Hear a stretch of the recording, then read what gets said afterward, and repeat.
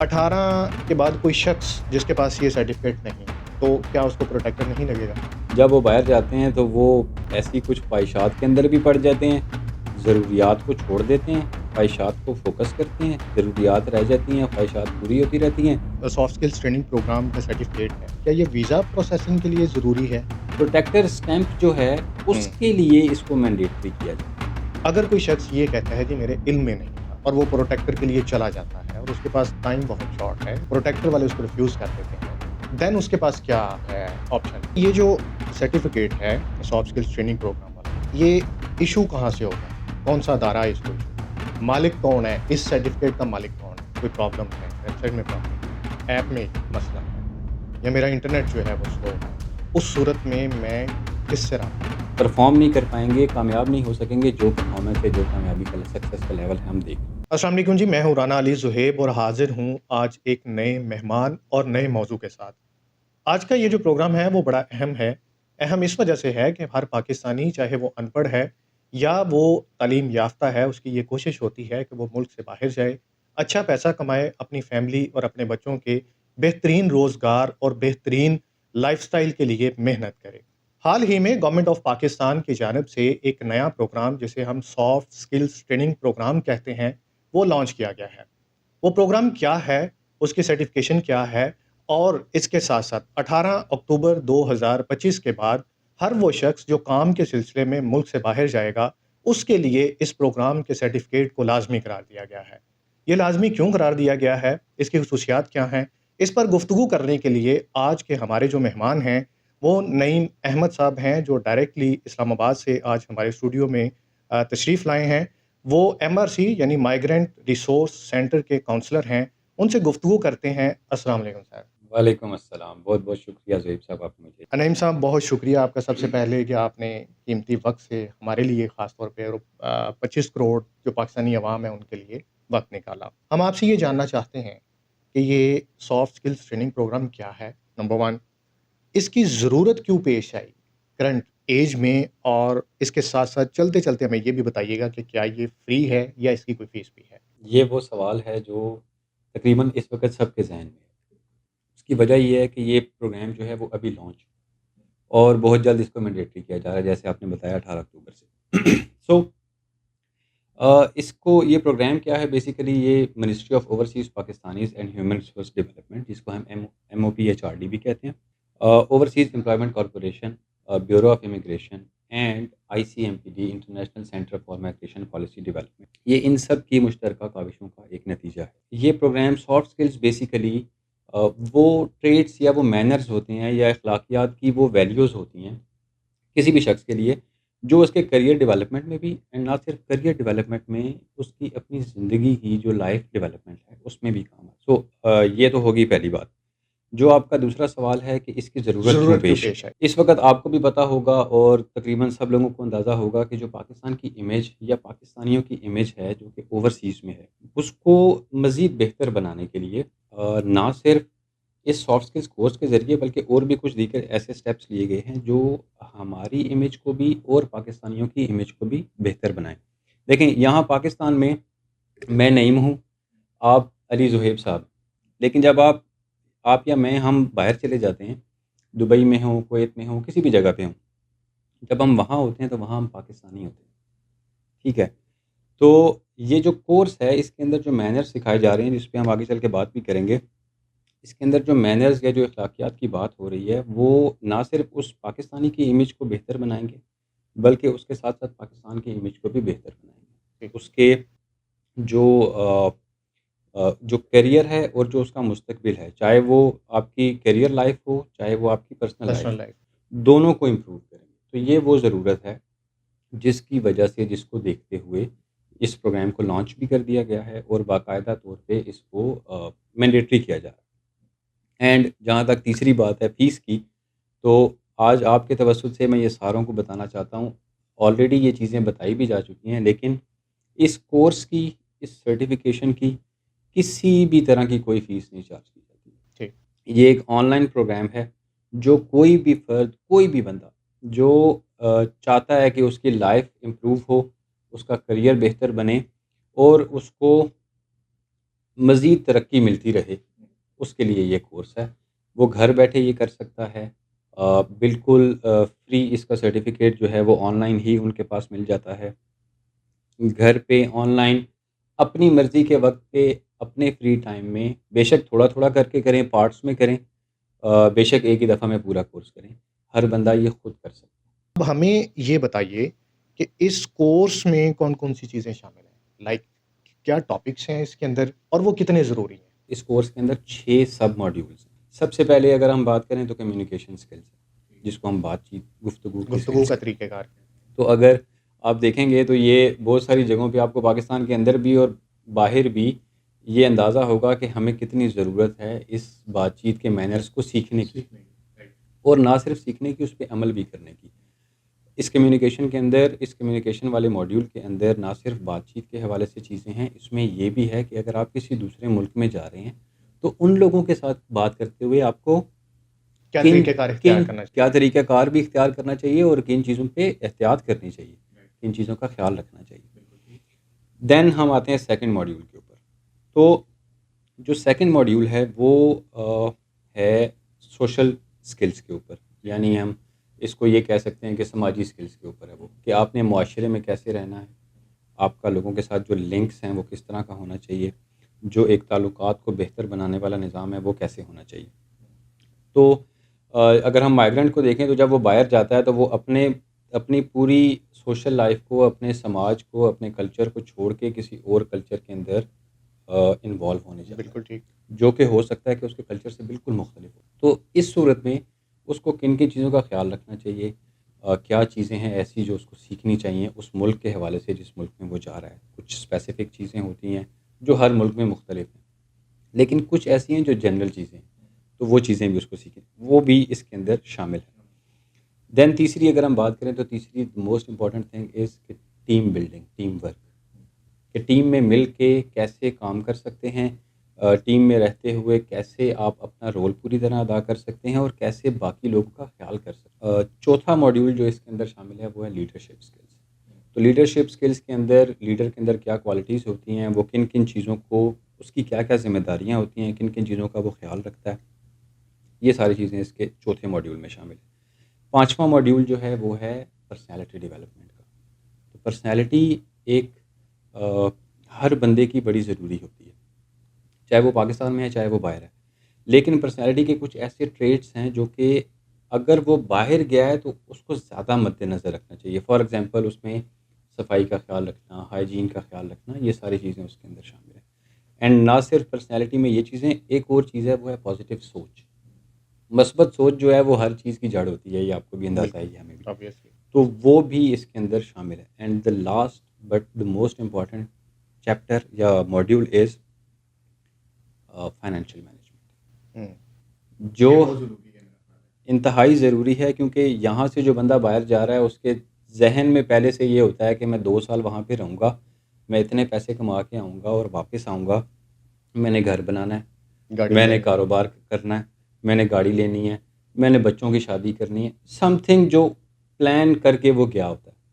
लेकिन होता क्या है, जब वो बाहर जाते हैं तो वो ऐसी कुछ ख्वाहिशात के अंदर भी पड़ जाते हैं, ज़रूरियात को छोड़ देते हैं, ख्वाहिशात को फ़ोकस करते हैं, ज़रूरियात रह जाती हैं, ख्वाहिशात पूरी होती रहती हैं, और जब वापस आते हैं तो बिल्कुल ज़ीरो बैलेंस के साथ। जी। तो इस मॉड्यूल के अंदर उन्हें ज़रूरियात, नीड्स, वांट्स, ये सब चीज़ों की बाइफरकेशन और कैसे वो अपना जो गोल या मकसद लेके गए हैं उसके हवाले से उनको गाइड किया गया। तो ये 6 मॉड्यूल्स और यही सिलेबस है जो इसके अंदर शामिल ये बड़ा आपने इम्पोर्टेंट चीज़ है और मुझे ये लगता है कि ये ज़रूरी नहीं है आपकी बातों से कि जो बंदा बाहर जा रहा है ये उसके लिए ही ज़रूरी है। है। वही यस, देखें, मेरे जैसा कुछ शख़्स जो पाकिस्तान में बैठा है, ये सारी चीज़ों को तो उसको पाकिस्तान में रहते हुए भी ज़रूरत है। यस। अच्छा सर, अगला सवाल आपसे ये है कि ये जो ट्रेनिंग प्रोग्राम है, ये क्या कुछ स्पेसिफ़िकली अ, चंद लोगों के लिए डिज़ाइन किया गया है या इसमें सब लोग शामिल कोई भी इसको कर सकता है? किन लोगों के लिए बेसिकली ये किया गया? अगर मैं इसको राइटली जवाब हुँ, दूँ तो हुँ, ये जो कोर्स है, ये टारगेट तो डायरेक्टली उसी ऑडियंस को कर रहा है। हुँ, वो कैसे टारगेट कर रहा है, क्योंकि इसके अंदर जो एग्ज़ाम्पल्स हमने डाली हुई हैं, हुँ, जो कंटेंट फ़ोकस है, जो स्टोरीज़ हैं, वो माइग्रेंट्स के हवाले से। जी, स्पेसिफिकली हम तो टारगेट उन्हीं को ही करना उस चाहते हैं, कम्युनिटी को ही कर रहे हैं। उसी कम्युनिटी को करें। लेकिन जैसे अभी आपने खुद ही इरशाद फरमाया कि ये किसी के लिए भी ज़रूरी है, चाहे वो पाकिस्तान में रह रहा है, चाहे वो पाकिस्तान से बाहर है, चाहे वो जाना चाहता है, चाहे वो नहीं जाना चाहता। हर वो शख्स, हर वो नौजवान, हर वो बच्चा, हर वो बूढ़ा जो अपनी ज़िंदगी को बदलना चाहता है, वो इसके ज़रिए कर सकता अगर कोई पाकिस्तानी बाहर जाने वाला शख्स जो है, ये सॉफ्ट स्किल्स ट्रेनिंग प्रोग्राम का सर्टिफ़िकेट हासिल नहीं करता, तो क्या नुकसानात हैं? है। अगर मैं आपको थोड़ा-सा इसके बैकग्राउंड के हवाले से बताऊँ तो दुनिया भर में काफ़ी सारे ऐसे ममालिक हैं जो ऑलरेडी इस प्रैक्टिस में हैं। ठीक।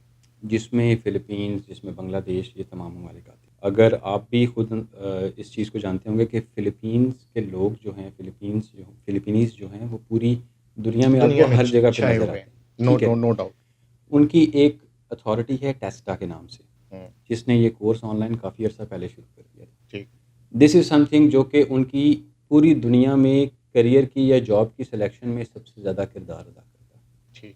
क्योंकि जब आप ये शो करते हैं किसी भी एम्प्लॉयर को कि मेरे पास ये सॉफ्ट स्किल्स का कोर्स है, हाँ, तो आपके 70% चांसेस बढ़ जाते बढ़ हैं जाते हैं। सिलेक्शन के, ओके, ठीक है? अगर नहीं होगा तो ऑब्वियसली वो 70% चांसेस नीचे आ जाएँगे। बिल्कुल ठीक। एक तो ये बात है। दूसरी बात ये है कि अगेन वो जो कंटेंट मैंने आपको बताया जैसे, तो हुँ, बहुत सारी ऐसी चीज़ें हैं जिसमें फाइनेंशियल मैनेजमेंट भी, जिसमें करियर डेवलपमेंट भी, जिसमें और भी बहुत सारी ऐसी चीज़ें हैं जिसका वो लोग ख़्याल ही नहीं रख पाएँगे। बिल्कुल अगर वो ठीक। चले भी जाएँ तो वो उस तरह से कामयाब ही नहीं हो सकते, परफ़ॉर्म नहीं कर पाएँगे। परफ़ॉर्म नहीं कर पाएँगे, कामयाब नहीं हो सकेंगे जो परफ़ॉर्मेंस या जो कामयाबी का सक्सेस का लेवल हम देख रहे हैं आफ्टर दिस कोर्स। तो ये कुछ नुकसानात हैं जो इसके हो सकते हैं। अच्छा सर, ये बड़ा एक कन्फ्यूजन है। ये जो सॉफ्ट स्किल्स ट्रेनिंग प्रोग्राम का सर्टिफ़िकेट है, क्या ये वीज़ा प्रोसेसिंग के लिए ज़रूरी है? वीज़ा प्रोसेस एक अलग चीज़ है, ठीक। ठीक है?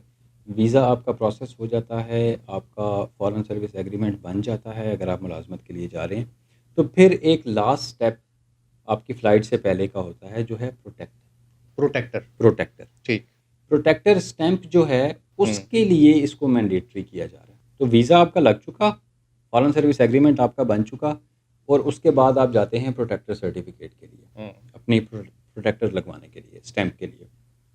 उसकी एक मज़ीद जो कि ऑलरेडी एक चलता हुआ प्रोसेस है, ऐसा नहीं है कि वो कोई नया प्रोसेस नया शुरू हो रहा प्रोसेस है। है। राइट। वो एक ऑलरेडी चलता हुआ प्रोसेस है।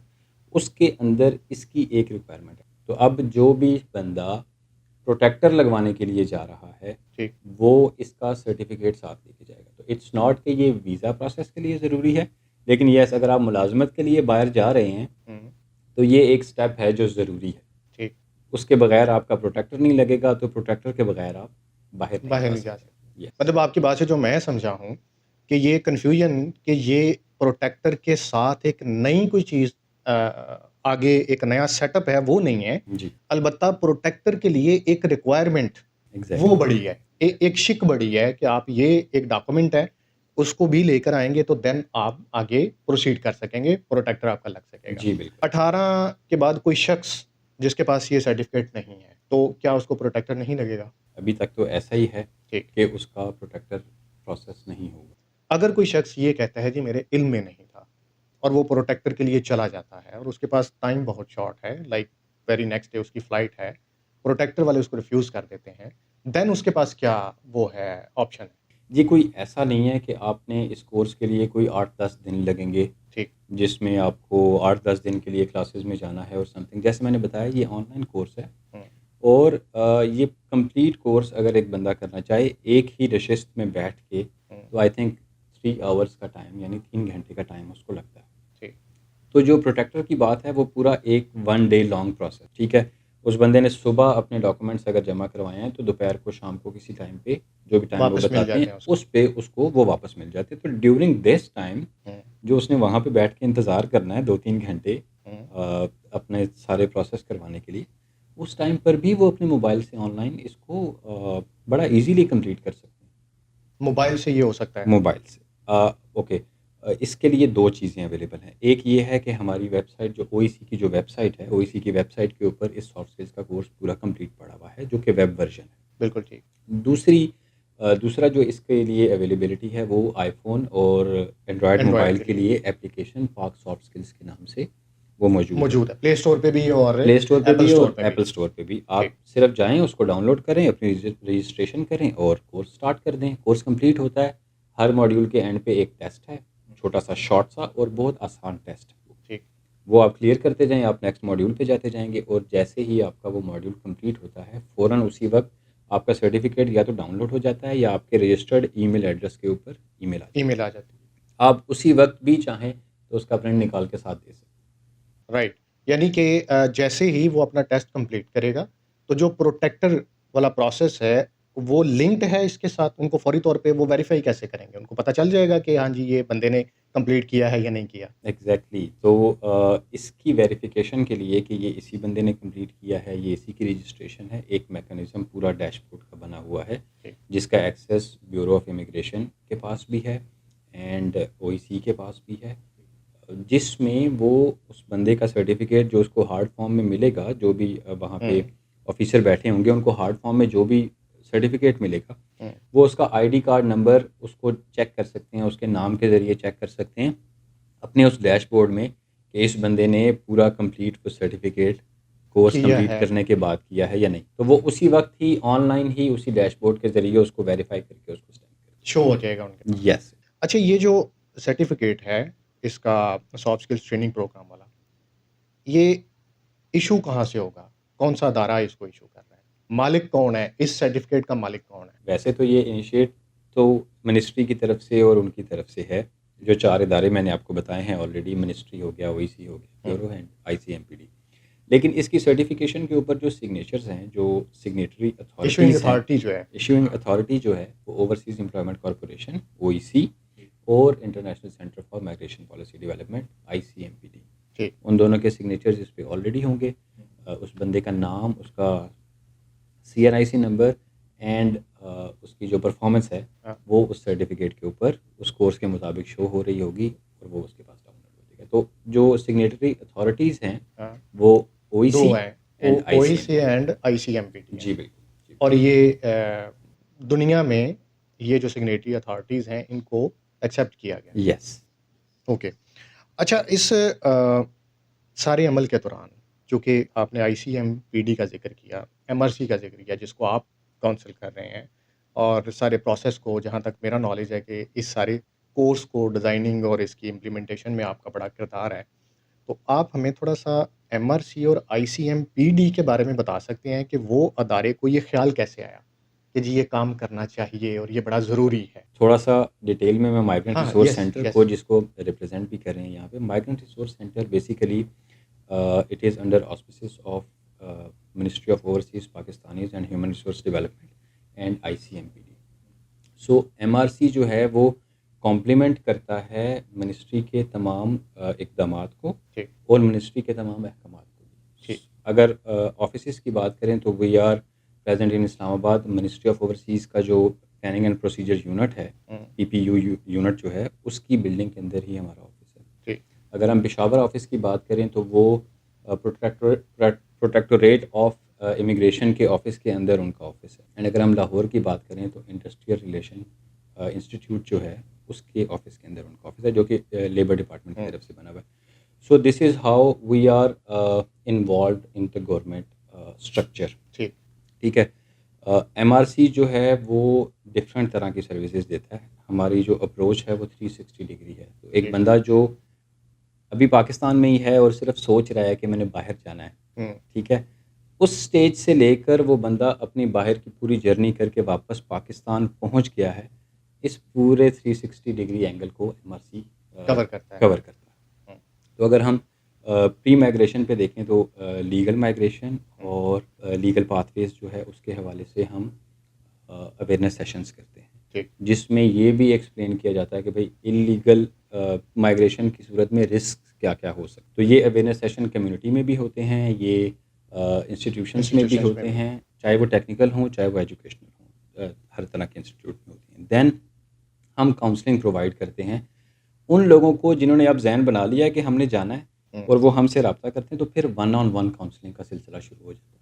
एक बंदा है, एक फ़र्द है जिसकी स्पेसिफ़िक नीड है। जब कम्युनिटी की बात आती है तो वो जनरल नीड और जनरल डिस्कशन है। बिल्कुल ठीक। बट यहाँ पे काउंसलिंग में एक बंदा है, उसकी स्पेसिफ़िक नीड्स हैं, उसके स्पेसिफ़िक क्वेश्चन्स हैं और वो सारी इन्फॉर्मेशन स्पेसिफ़िक है। हुँ, तो यहाँ फिर वन ऑन वन काउंसलिंग, चाहे वो हमारे ऑफ़िस में आए, चाहे टेलीफ़ोनिकली हो, चाहे किसी भी तरह से हो। देन जो पीडॉस यानी जो प्री माइग्रेशन के सेशंस होते हैं प्रोटेक्टोरेट ऑफ इमिग्रेशन के ऑफिस में ड्यूरिंग प्रोटेक्टर।